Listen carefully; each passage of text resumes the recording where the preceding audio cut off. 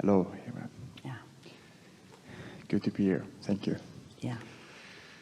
So, I have a question. I remember from Denver when you talk about our own Abraham, and that we all have our own guidance, and we have the non-physical part of us in the physical part, and it's all connected, collected. It's a part of all of who we are. And for myself, I have an experience when I do meditation that someone speaks through me. Yeah. And a voice coming in and changing, and I feel just the words coming. So I want to say to you, that's the same as watching the movie. In that case, it's more like listening to the story, but that's what that is. Yeah. So can you expand more about our own Abraham, our own guidance? We started today by talking about you and you.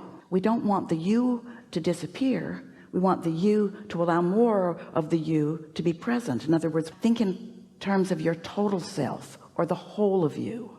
You came knowing that you would experience contrast, and that's not really the whole of you experiencing the contrast, because your inner being doesn't experience the contrast. But right away you launch the rocket, and now your inner being is involved. We know what you're getting at. You want to know, so what's this non-physical energy? And you acknowledge the Abraham that is flowing through Esther, and now you're having your personal experience where you are quieting your mind and allowing your vibration to rise and actually receiving impulses of thought and impulses of conversation, and you want to know who that is. And we want to ask you not to try to quantify it, because it digs up all kinds of expectations that are not helpful. Esther began when she was at the stage that you're at. These were the segments that she offered then. Abraham, I want to speak clearly your words. And what she meant by that is, I don't want any clutter, and I don't want any of my questions or negative expectations or worries to be part of this. I just want to speak clearly your words. And so that's a helpful thing to just acknowledge when you're there. Also, and this is the most important thing, don't try to make it happen. Just let it happen.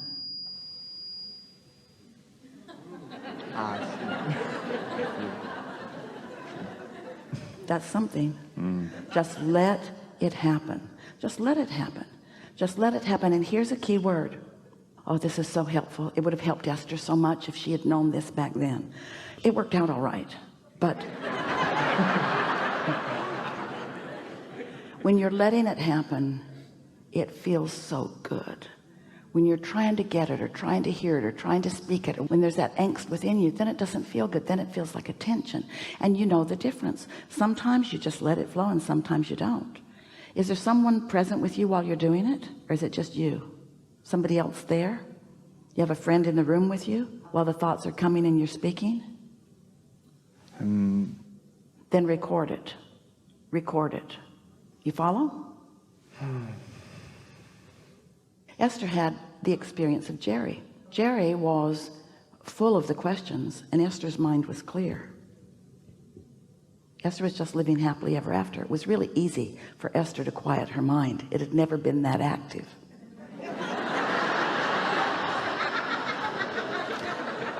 In the sense that she wasn't trying to boss anybody around. She wasn't trying to make anything happen. She was a straight A student. She was loving life. She was very intelligent. She just wasn't trying to change the world. She wasn't interested in politics. She wasn't interested in religion. She wasn't interested in what her neighbors were doing. She wasn't worried about what was going on in the world. She was focused upon living happily ever after. She was living happily ever after. What are we going to do today? What's next? What's next? What's next? What's next? What's next? So she was already in that place, but most people are not quite in that place. And so it's about getting in that place, and then as it flows, record it so that you can listen to it later with your fuller combined mind. Does that make sense? Are we getting to what you're reaching for? Yeah, I feel it, and creation, I know the inside creating the outside, the feeling of just be relaxed in it and just letting, like I said, just letting it be, and accepting that the creation has already happened. Imagine yourself being a Hollywood movie maker, and you hired a director and you found a script, the producer is in place, and you gathered all the actors and they shot the movie, and the editor edited the movie, and now it's on a big roll and you're sitting to watch it. So it's all done. Now you're just going to watch the movie. Well, that editor is not just going to watch the movie. He's going to analyze every part of it. He's going to be the only one in the room ever that doesn't enjoy the movie. But we want you to enjoy the movie that you've made, because your inner being is your production staff.